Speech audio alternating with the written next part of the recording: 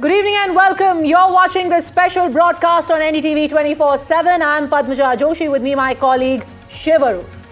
Incredible day, an incredible image coming in from Tianjin in China. The interpretations, the analysis are seriously exploding because this handshake that we saw in China today represents nearly half of the world's population. India and China have pledged to be partners as they met on the sidelines of the Shanghai Cooperation Organization Summit today, as the two nations committed to taking their ties forward. And Padmaja, I'm not so sure, with all the hype over the handshake, but it's good news. That's one thing we can agree on. Trust but verify. But there is so much politics already. It's perhaps something that we should have expected, really, the politics of what really happened. But as the two nations committed to taking their ties forward, the Chinese president even said that it's vital to be friends and both the dragon and the elephant must come together. But this display of bonhomie seems to have not gone down well with the opposition in India.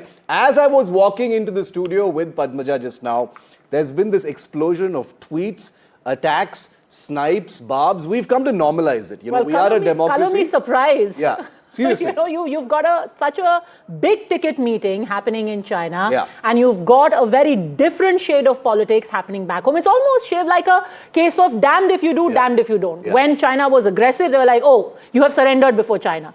Now that China is trying to extend a hand of friendship, apparently we have again surrendered before China. So if they're aggressive, we've surrendered. If they are trying to be friendly, we have again surrendered. What did the Congress say? They said that 2020 Galwan clash happened. The Prime Minister seems to have forgotten all about it. Why isn't there any justice for our soldiers who lost their lives in that clash? Congress also said that for the Prime Minister, his friends keep changing. First it was Donald Trump, now it's Xi Jinping. Not just the Congress, Samajwadi Party chief Akhilesh Yadav has also asked for a clarification on whether India's total land mass has decreased after the Chinese occupation. The DMK cited Nehru to take a dig at the Prime Minister.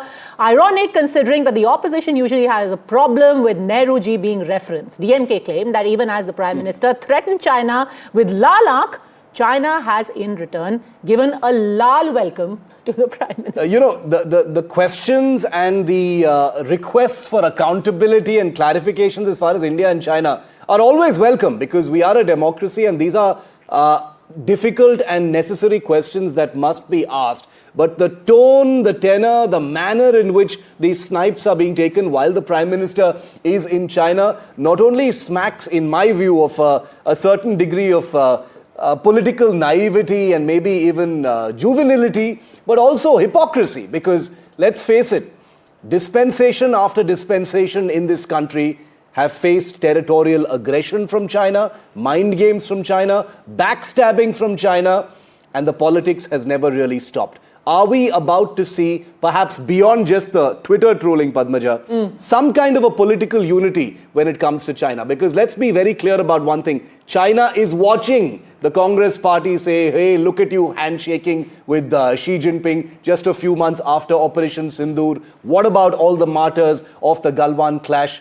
Will that politics actually die down, or will it actually spoil what is the possibility of a new relationship between the two questions? And why really is the opposition unhappy with the Modi-Xi handshake? I don't want to call it Dosti or friendship, but a handshake really at this point of time is the question to ask. Let's listen to a few of the reactions that we've heard through today, coming in largely from the Congress, but other opposition leaders as well.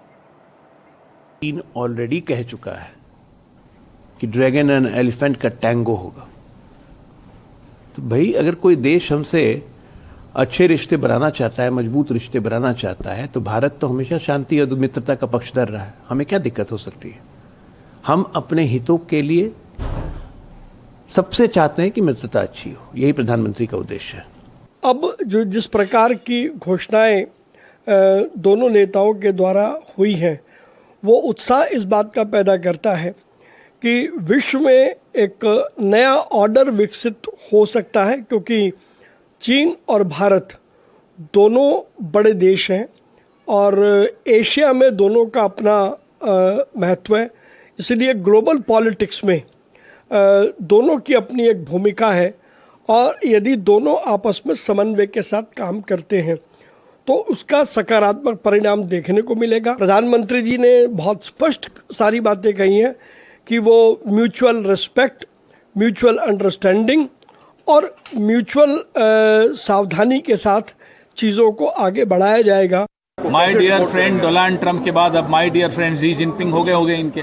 अब हाथी पे चढ़ के मोदी जी थोड़े दिन घूमेंगे, फिर देखते हैं क्या होता है। पहले ही बताइए, क्या गलवान का न्याय मिला? क्या अप्रैल 2020 का जो स्टेटस को एंटी था वो फिर से स्थापित हुआ है? क्या हमारी सेनाएं, हमारे सुरक्षा बल वहां गश्त लगा पा रहे हैं जहां अप्रैल 2020 से पहले लगा पाते थे? इन सब का जवाब प्रधानमंत्री लेकर आएंगे या नहीं आएंगे? दोस्त बदलते रहते हैं, फिर दिल टूट जाता है, फिर नए दोस्त ढूंढते हैं। हमारी शुभकामनाएं हैं मोदी जी को। भारत चीन के पारस्परिक हितों पर ज्यादा से ज्यादा भारत के हितों की बात करें, परंतु पिछला विगत इतिहास देखते हुए उन्हें सावधान रहने की जरूरत है। मोदी जी को जल्दबाजी में जो कदम उठाते हैं वो न उठाएं और भारत के हितों के लिए बात करें, समझौता करें। ये नहीं कि अमेरिका से झटका मिला है तो चीन की तरफ कुछ ज्यादा ही झुक जाएं। चीन बहुत विश्वसनीय कभी नहीं रहा है, पर हमें एक पड़ोसी है, पड़ोसी नहीं बदल सकते, तो हमें पड़ोसी से अच्छे संबंध बन सके, इसके लिए हमारी शुभकामनाएं और वो ख्याल रखें। All right, joining us today on this broadcast, Nikhil Jain and Sanjay Jha, both political analysts, and Dr. Ajay Alok, national spokesperson of the BJP. Nikhil Jain, I first want to start by asking you, when China was aggressive, you had a problem then. Today, the Chinese president is saying that both of us should be friends, it's in our mutual interest, and you're again unhappy. What would be a perfect scenario for you? Padmaja, a perfect scenario would be one where the Prime Minister of India shows independence in his foreign policy strategy, where foreign policy strategy is consistent, where I'm not hearing statements like China ko laal aankh dikhaunga aaj, and then 3 days later, 3 months later, I'm seeing my Prime Minister playing on the swings with the Chinese president. I need to see consistency. It can't be that one day I am having my Prime Minister campaign for President Donald Trump. But the circumstances are not consistent. How can you have a consistent stand if the person on the other side is not consistent? Are you suggesting that he should continue to be on a swing with the person when he executes Galwan? It can't happen, right? When circumstances change, your response changes. Absolutely, and that is why these sort of jingoistic, hyper over nationalistic replies and the kind of political discourse that happens in the country is wrong. You look at the BJP until 2 months ago, the kind of targeting that they were doing of the Congress party for the past incidents of terror and how the Congress party did not act in the appropriate manner and this and that. That is the problem. You need to have a fair public discourse. Let's not forget that in 2014, the Prime Minister's rise to power came with the fact that... Nikhil, this seems to be nitpicking to me. And we invited the Congress to be part of this debate. They've declined, which is representative of a larger sort of political hypocrisy, because they're saying all these different things, and you can see on our screen all those comments that are being made about the Modi-Xi handshake, but they're refusing to be actually part of the debate. But Sanjay, I want to bring you in on this.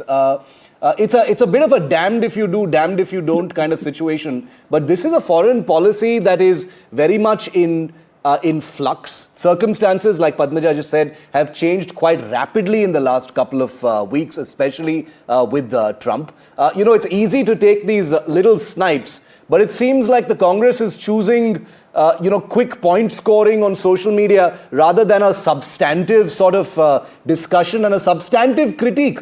And we know that there is more than enough room for critique on this issue. But why the cheap kind of trolling and point scoring rather than a proper discussion on this, Sanjay? Yeah. Shiv, good evening to you and to Padmaja on a Sunday. That's pretty rare. And to my two fellow panelists, Ajay as well as Nikhil. I think foreign policy is a nuanced subject, and I don't think we should trivialize that. So let me tell you my perspective very honestly. I think India is between a rock and a hard place. That's a ideal probably summation of where we are. And I tell you the reason why is, one, obviously, as we all know, the whole Donald Trump and Narendra Modi fiasco, and that frankly corners us greatly. And on the other hand, now we have to deal with China and Russia, etc., simply because I think at the end of the day, I think we have limited elbow room. But then, as we all know, that China has been a very formidable ally of Pakistan. So you really have a situation today that India is finding itself somewhere trying to we have not been able to figure out Donald Trump's rather irrational, unpredictable ways. But we held our own, Sanjay. Sorry to interrupt, but we held our own as far as Trump is concerned.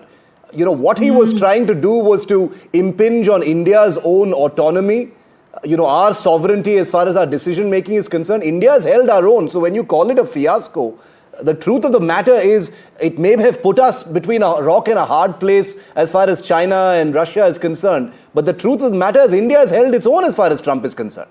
We didn't do what he wanted. Shiv, I'll tell you something here. I think, the truth is if you're saying hold onto it on your own, it's coming at a great cost. Just think about it rationally for a moment, right?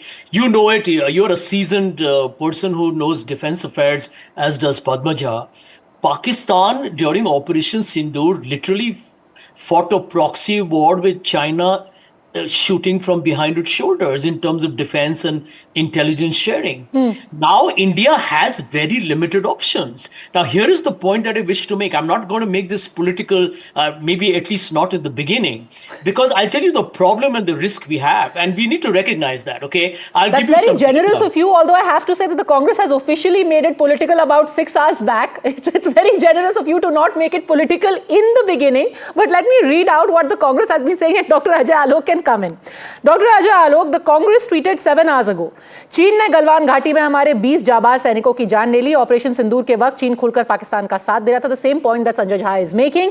चीन ने पाकिस्तान को live update दिए. चीन की नापाक हरकतों पर नरेंद्र मोदी ने सख्त कदम उठाया. मुस्कुराते हुए चीन के राष्ट्रपति से हाथ मिलाया. That is China stabbed us in the back during Operation Sindoor, and you have rewarded them by shaking Xi Jinping's hand. This is the great betrayal, says the Congress.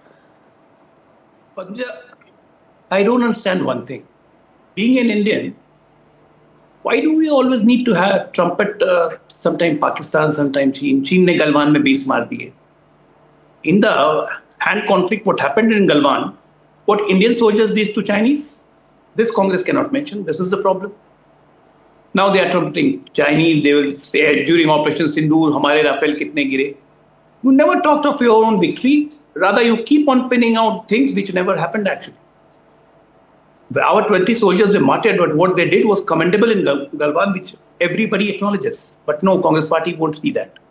This is a pure sheer negativity which cannot be held at all. And by the way, don't mind if you don't have a Congress, official Congress fellow. You have just two great Congress fellows sitting here who are better than most of the spokesperson there. Anyway, we are not discussing that here. That is true, actually. That is true. Yeah, I acknowledge Sanjay. I've been having arguments with him for the last 12 years. He's one of the best, undoubtedly. But his mindset is different. That is the problem. He understands that he's speaking lies, but he has to. Anyway, let's not get into it. My point is, we are not talking here in terms of school ki ladai. Ek se ladai hogi to dusre se dosti karni. This is not what you call diplomacy. Just imagine a situation that this tariff wouldn't have come through. We would have had a relation with the US as usual, what we used to have. And then this SCO would have happened. And then again, Xi Jinping would have said that India is a vital but on the limited point of punishing China, they have a very pointed question today. As far as did Galwan is you concerned, punish China for Galwan? Isn't this salt on the wounds of those who lost their loved ones in Galwan when you see the Prime Minister shaking Xi Jinping's hand? That is their pointed charge at you. This is absolutely foolish to think like. In diplomacy, we have to shake hands and we have to do all the things necessary to keep our country's interests floating. Why did Donald Trump just slap us with the tariff? Because he's looking after his American interests. What is our interest? We won't allow Donald Trump to enter in our country in the sectors of agriculture, in the sectors of fishery. We won't allow that. Also, we have to keep our sovereignty intact. Also, you know, the decision on us. Ajay Alok, and this is for all three of you, and Sanjay and Nikhil, I'll ask you guys to jump in on this. If we have to zoom in just a little bit further, Padmaja, on the specific issue of Galwan, we're seeing all these comments on, 20 Indian martyrs, who's going to answer for them, why are we shaking hands with the country that killed our people?